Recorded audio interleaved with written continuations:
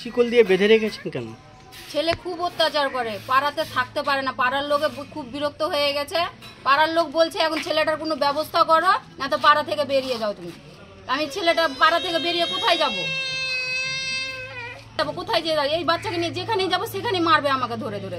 কি সমস্যা ছেলেকে নিয়ে? ছেলের সমস্যা, লোককে মারে, বাড়িতে থাকতে বাড়ির সবাই ফ্যামিলিকে মারে, ঢিল ছুঁড়ে, বড় বড় ইট যা পায় ইট ছুঁড়ে ছুঁড়ে মারে। বর্তমানে হাতে লাঠি মাটি যদি থাকে ওই লাঠি দিয়ে বয়স্ক বয়স্ক মানুষকে মারবে। যদি পাশ দিয়ে যায় তো বয়স্ক বয়স্ক মানুষকে ধাক্কা মেরে ফেলে দিবে। ওই বয়স্ক বয়স্ক মানুষ যদি ধাক্কা মেরে যদি কিছু হয়ে যায় আমি কোথায় থেকে দিব? প্রত্যেকদিন অভিযোগ থাকেই।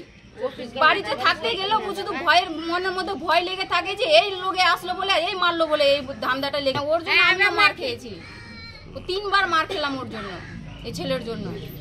এরকম কি মার খাওয়া পাড়ার লোকে যে মারছে ধরে, এরকম কি ভালো লাগছে? না, মেয়েকেও ভয়ে রাখতে পারছি না, পাশে বাড়ি দিদির বাড়িতে রেখে আসি মেয়েটাকে। যে কি চাইছেন? আমি চাইছি আমার ছেলেটার একটা সরকার একটা ব্যবস্থা করে দেয় যেন। শিকল দিয়ে বাঁধা তো বেআইনি, জানেন তো? জানি শিকল দিয়ে রাখা বাধা মানে বেআইনি, কিন্তু এরকম যদি কেউ রাগের মাথায় যদি মেরেও ফেলে দিই তখন তো আমাদের বেআইনি হয়ে যাবে, তখন তো আমাদের নামে কেস হবে, তখন আমরা কি করব? এই ছেলেটাকে তো আমার রাখাটা সম্ভব হচ্ছে না বাড়িতে, চিকিৎসা করে পারছি না। অনেক জায়গাতে দেখালাম কিন্তু আর কিছু করতে পারছি না। এখন চাইছি সরকারের কাছে, হাত জোর করে বলছি, এখন সরকারের কাছে চাইছি আমার ছেলেটার একটা ব্যবস্থা করে দেয়। আমরাই কিছু করে দিব না তো ছেলেটাকে মেরে ফেলে দিব। আমি পারছি না থামতে, এরকম করে সহ্য করতে পারি না। সহ্য করতে করতে আরো ঢুকে গেছে জীবনটাতে, আর সহ্য হয় না জীবনটা। কি নাম আপনার? মালতী মণ্ডল।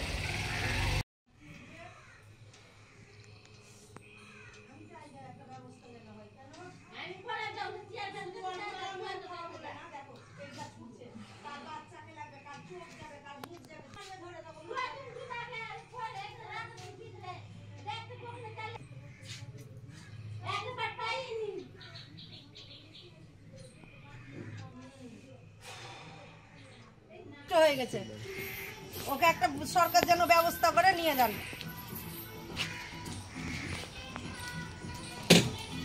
নিয়ে আমাদের দারুণই সমস্যা, সব সময় মারে, ঢিল ছুঁড়ে, হ্যাঁ কলিং বেল বাজায়, বাচ্চা থাকলে বাচ্চাকে মারে, এই বটি, এমনকি বটি, বড় বড় ঢিল সব ছুঁড়ে। ভয় করে না? হ্যাঁ, বেঁধে রাখে অত্যাচারের জন্য। হ্যাঁ, অত্যাচারের জন্য বেঁধে রাখে। আপনারা কি চাইছেন এলাকাবাসী হিসেবে? ওকে নিয়ে যান, করুক সরকার। অনেক দিন থেকেই তোর মা চেষ্টা করছে, অনেক দৌড়াদৌড়ি করছে, কিন্তু হচ্ছে না। তো কোথায় যেতে হবে বুঝতে পারছে না তো। আপনার নাম কি? অপূর্ণা সরকার। একটা ছেলেকে অমানবিকভাবে, বাচ্চা ছেলেকে শিকল দিয়ে বেঁধে রাখছে, এই বিষয়ে কি আপনার জানা আছে? এই ব্যাপারটা আমি না, আমাদের গোটা পাড়াই জানে। ছেলেটা হচ্ছে উজ্জ্বল মণ্ডলের, সুজিত মণ্ডল ছেলেটার নাম। সে মাঝে মাঝেই পাড়ায় বিভিন্ন জায়গায় বিভিন্ন মানুষের সঙ্গে ওর কোনো কথা নাই, কথা বলছে না, কিন্তু ঝট করে একটা মানুষকে ইট মেরে দিচ্ছে, কাউকে লাঠি মারছে। এগুলো করাতে পাড়ার মানুষও বারে বারে গিয়ে আমাদের কাছে অভিযোগ করছে, ওর বাবা মায়ের কাছেও করছে। বাবা মা বাধ্য হয়ে, যেটা শিকল দিয়ে বেঁধে রাখা নিষেধ আছে সরকারের, মানে অনেক সময় সেই নিষেধকে গুরুত্ব না দিয়ে বেঁধে রাখে, কারণ তারা ওই ছেলে দ্বারা অনেক সময় অশান্তিতে পড়ে যাচ্ছে। ছেলেটা অ্যাবনর্মাল, এখন বয়স যখন বাড়ছে তার এই জিনিসটা, যেরকম যে মারধর করা, ইট ছোড়া, এটাও বেড়ে যাচ্ছে। আমরা নিজেও কাউন্সিলর হিসাবে অনেকবার তার বাড়িতেও গিয়েছি, এখানেও ডেকে ছেলেটাকে অনেকবার কাউন্সিলিং করেছি, কিন্তু ছেলেটার সঙ্গে যখন কথা বলা যায় সে কোনো কথা বলে না। সে যে কথাগুলো বলাচ্ছে সেটাও শোনে না, অন্যমনস্ক হয়ে থাকে। গতকালও একটা ঘটনা ঘটেছে, একটা মানুষকে, মহিলাকে মেরেছে, পরে সেই বাড়ির প্রায় 14টা আশেপাশের মহিলারা গিয়ে তাদের বাড়িতে ঝামেলা করেছে। সেই সুজিত মণ্ডল যে ছেলেটা, তার বাবা উজ্জ্বল মণ্ডলের বাড়িতে গিয়ে গতকালও তার মা এখানে এসেছিল, এখানে খুব কান্নাকাটি করছিল।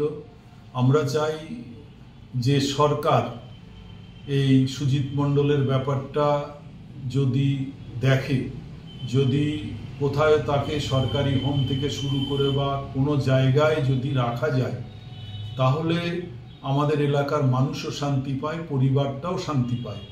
যদি সরকার কোনো ব্যবস্থা না করে, আমার ধারণা ওই পরিবারে আগামী দিন বড় ধরনের কোনো অঘটন ঘটতেও পারে।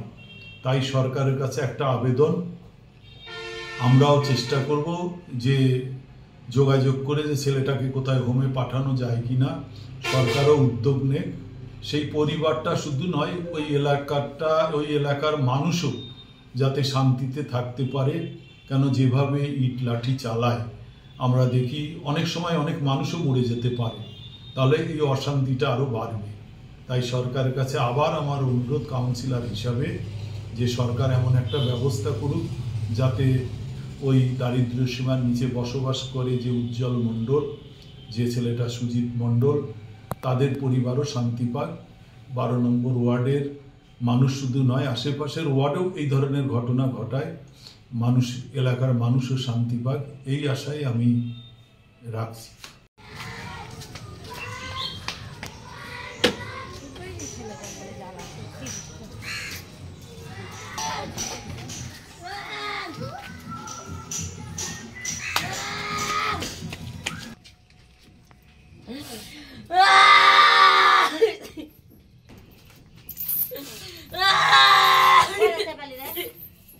নাহলে হিসা দিয়ে কাইটা ই করে দেবো সামনে শুনেছি।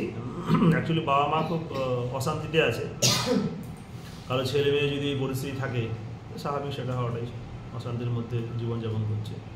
এবং যেটা শুনে মনে হয়েছে যে সে মানে অ্যাবনর্মাল টাইপের কিছু, তো তার চিকিৎসা আছে, ট্রিটমেন্ট আছে, মেডিকেল সায়েন্স তার জন্য আছে, তার জন্য তো বিরক্তি হলে হবে না।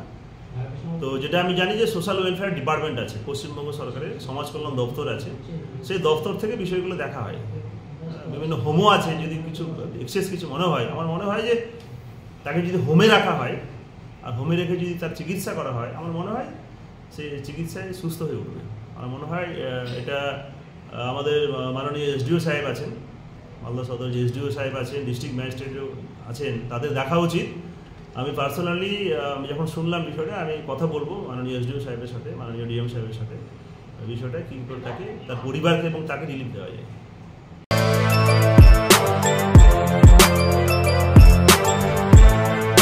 এখন অনেক বড় শ্রী লেদার্স হাওড়া ময়দান।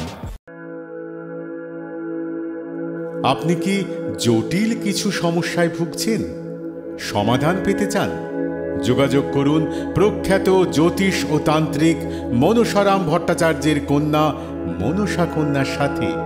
প্রখ্যাত জ্যোতিষ ও তান্ত্রিক মনসা কন্যা হাওড়া জানবাড়ি ও হাতিবাগানের নিজস্ব মন্দিরেও বসেন।